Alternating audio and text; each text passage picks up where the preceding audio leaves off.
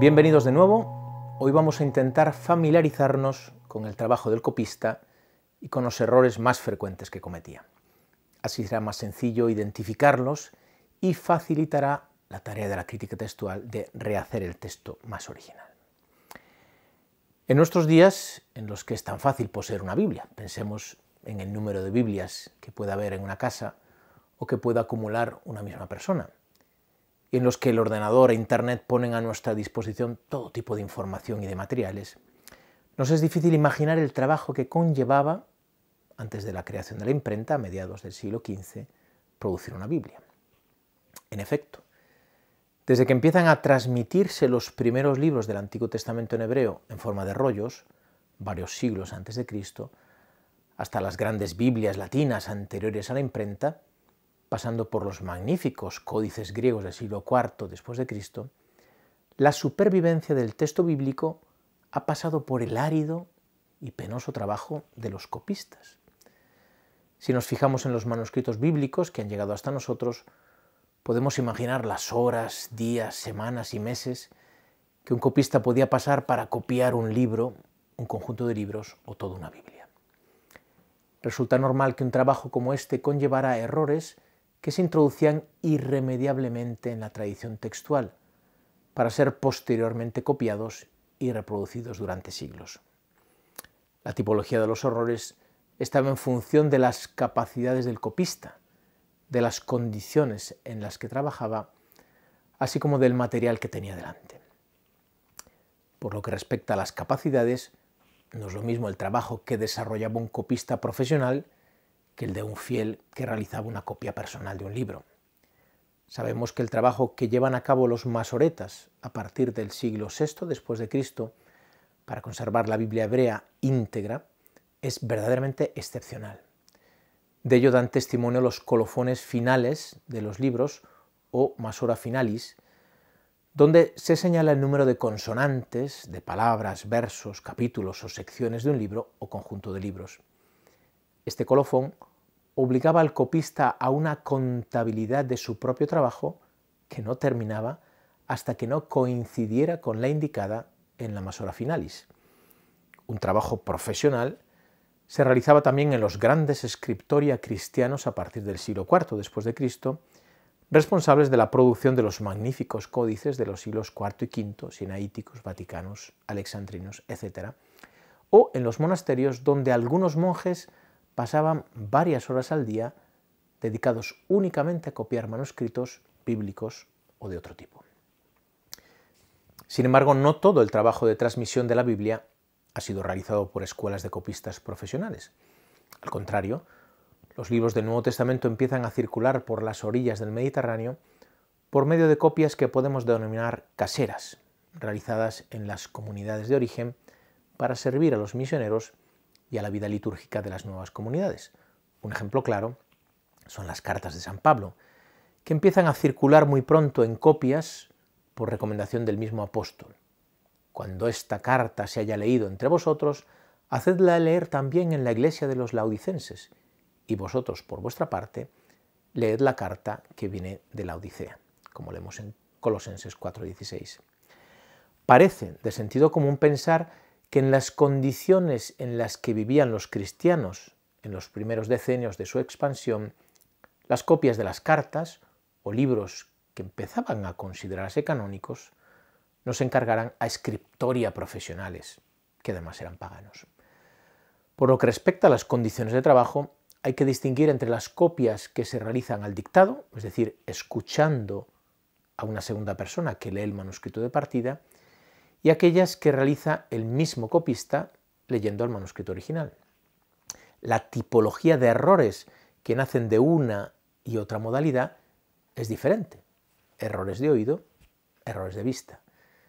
La misma postura con la que el copista realizaba su trabajo podía favorecer los errores, fruto del cansancio. En efecto, parece que hasta el inicio de la Edad Media no se extiende la costumbre de sentarse en una silla o banco para trabajar sobre una mesa, un scriptorium.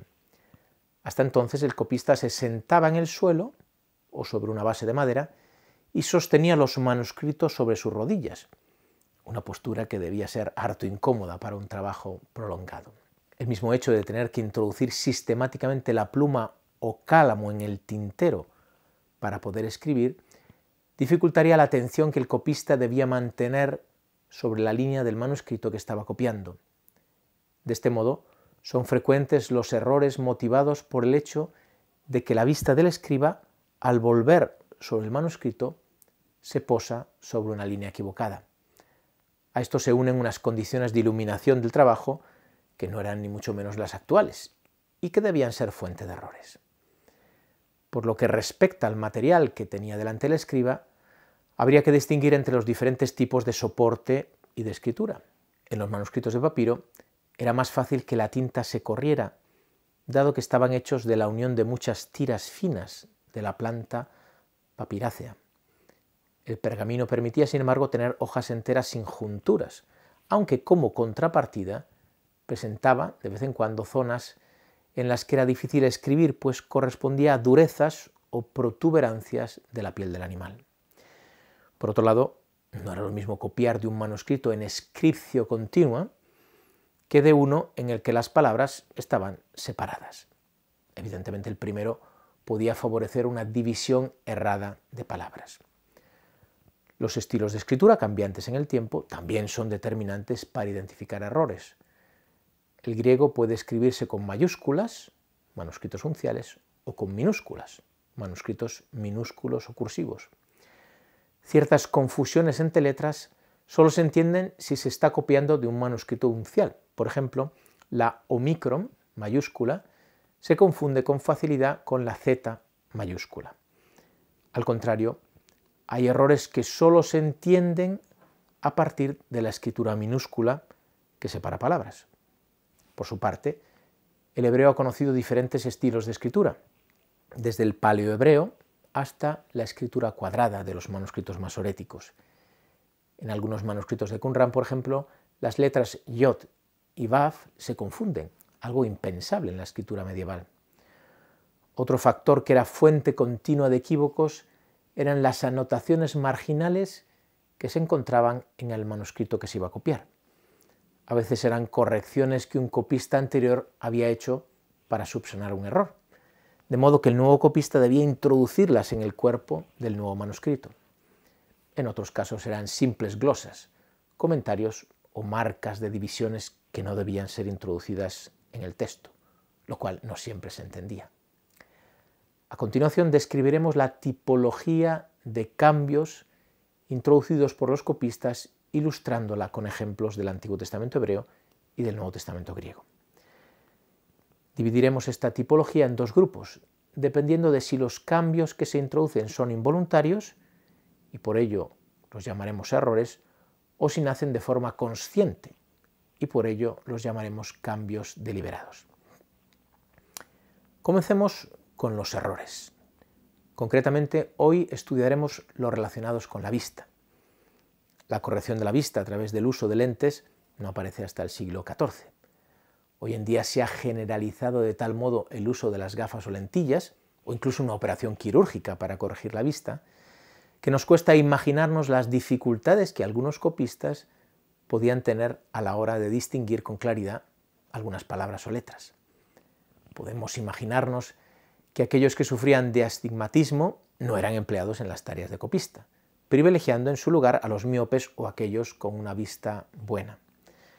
Pero también podemos imaginarnos que estos otros confundieran alguna letra o palabra, porque la misma vista comenzaba a flaquear o por las malas condiciones de iluminación con las que trabajaban. Copiar un manuscrito con poca iluminación natural o a la luz de una vela debía ser una experiencia penosa.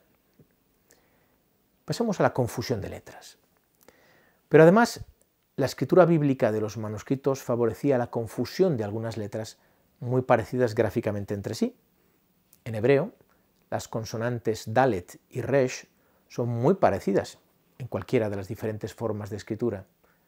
Algo parecido se puede decir, aunque no en todos los tipos de escritura, de las consonantes Bet y Kaf. Como ya hemos dicho, en algunos manuscritos hebreos de Qumrán, la Yod y la Vav se confunden fácilmente, y lo mismo podemos decir de la Bet y de la Mem. el Codex Leningradensis, base de la edición de la Biblia hebrea Stuttgartensia y de su nueva edición, la Biblia hebrea quinta, lee en Génesis 22:13: y levantó Abraham los ojos y vio un carnero detrás. Otros manuscritos de la familia masorética, apoyados por el Pentateuco samaritano, la Septuaginta y la Peshitta, leen: y levantó Abraham los ojos y vio un único carnero.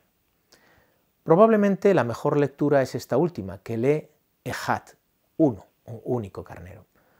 Un copista debió confundir la Dalet final con una Resh y se introdujo la lectura variante, Ajar, detrás, un carnero detrás, que testimonia el Codex Leningradensis. En el griego de los manuscritos unciales, en mayúsculas, las letras sigma, epsilon, zeta y omicron se confunden con facilidad. Así, en 1 Timoteo 3:16, la lectura original parece ser la que lee el que fue manifestado en la carne, tal y como aparece en los manuscritos más antiguos como Sinaiticus y Alexandrinus. La lectura Dios manifestado en la carne parece nacer de la confusión del pronombre hos, el que, por el nombre sagrado abreviado Theos, Dios. En otras ocasiones, lo que provoca confusión es una determinada secuencia de letras. Así, por ejemplo, la sucesión de dos lambda puede confundirse con una mem. De este modo debe explicarse el paso de la preposición alá, pero, en Romanos 6:5, a amá, juntos, en algunos manuscritos. Hablemos de la parablepsis. Otros errores que tienen que ver con la vista son los que nacen de la parablepsis, es decir, del paso de la vista de un punto a otro. El copista lee primero en el manuscrito de partida, pasa después con la vista al nuevo manuscrito para escribir, y al volver al primer manuscrito no fija la vista en la palabra donde lo dejó, sino por error en una palabra parecida o idéntica, pero situada en otra línea. El resultado de esta parablepsis puede ser una haplografía u omisión. Si el copista vuelve a un punto más avanzado del manuscrito original, deja de copiar algunas palabras o líneas, o una diptografía o doble lectura. Si el copista vuelve la mirada a un punto anterior, copia de nuevo unas palabras o frases que ya había escrito. Entre los copistas es más frecuente la haplografía que la dictografía. En el primer caso es muy difícil darse cuenta de que uno se ha saltado algo, mientras que en el segundo caso es más sencillo darse cuenta de que se está repitiendo algo. El motivo de la parablepsis puede ser un homoioteleuton, es decir, un final idéntico de dos frases. El copista va con la mirada del final de una frase al final de la siguiente o de la anterior, dependiendo de los casos, o un homoioarchon, es decir, un inicio idéntico de dos frases. Si lo que es idéntico es el final de dos frases consecutivas, homoioteleuton, la parablepsis provocará la omisión de la segunda de las frases. En caso de dictografía, se repetirá la segunda. Si lo que es idéntico es el inicio, homoioarchon, lo que quedará omitido es la primera frase. En caso de dictografía, se repetirá también la primera. Veamos algunos ejemplos de haplografía atribuibles a parablepsis. En Josué 21, 35 a 38 leemos: Dimna con sus tierras de pasto, Naalal con sus tierras de pasto, 4 ciudades, Arín, Arba, y de la tribu de Rubén, Beser con sus tierras de pasto, Yahazá con sus tierras de pasto, Cademot con sus tierras de pasto y Mefaat con sus tierras de pasto, 4 ciudades, Arín, Arba.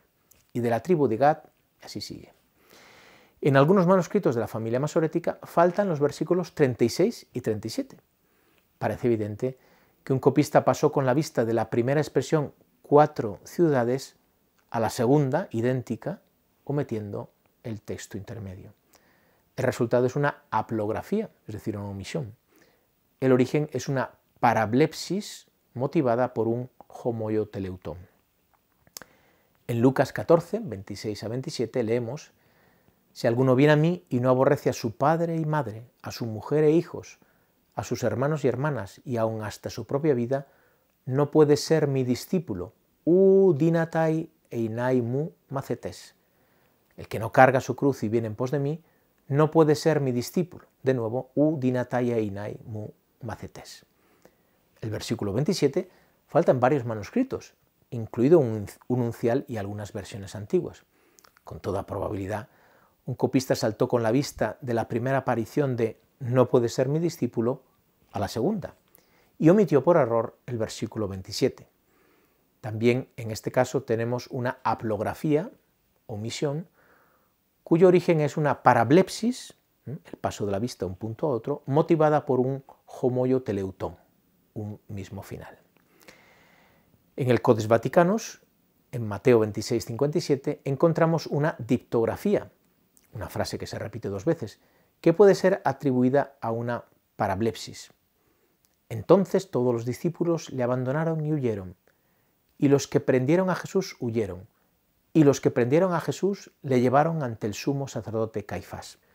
Probablemente el motivo de esta diptografía, que un corrector posterior intentó borrar, dejando un espacio en el que todavía hoy se puede leer el duplicado, es la similitud en letra uncial y inscripción continua de las palabras prendieron a cratesanteston y le abandonaron, afentesauton.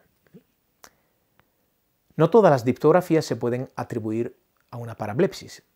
Hay ocasiones en las que el copista, cansado o simplemente no muy atento, copia 2 veces la misma palabra o frase. Es algo que no debía resultar muy extraño en los casos en los que el copista era interrumpido o cuando seguía el hilo de alguna preocupación en su cabeza que reducía la atención a su trabajo. En Isaías 30:30, la tradición masorética lee y Yahvé hará oír Uehishmiá, la majestad de su voz. En el gran rollo de Isaías de Qumran se repite el verbo. Yahvé hará oír, Hishmiá, Hishmiá, la majestad de su voz, en lo que parece una repetición accidental. En el Codex Vaticanus se repite por 2 veces el grito de la multitud, grande es la Artemisa de los Efesios, Hechos 19:34, que en el resto de la tradición manuscrita aparece una única vez. Ambos casos, aunque razonablemente pueden ser considerados una diptografía, muestran la dificultad que a veces implica distinguir entre una haplografía, una omisión, y una diptografía. Si no fuera por el unánime apoyo textual con que cuenta la versión breve en ambos pasajes, podríamos pensar que la lectura larga es original, respondiendo a un cierto estilo repetitivo, y que la breve nace de una haplografía. Por hoy nos detenemos aquí. En el próximo episodio completaremos el estudio de las causas de error en la transmisión manuscrita. Hasta entonces.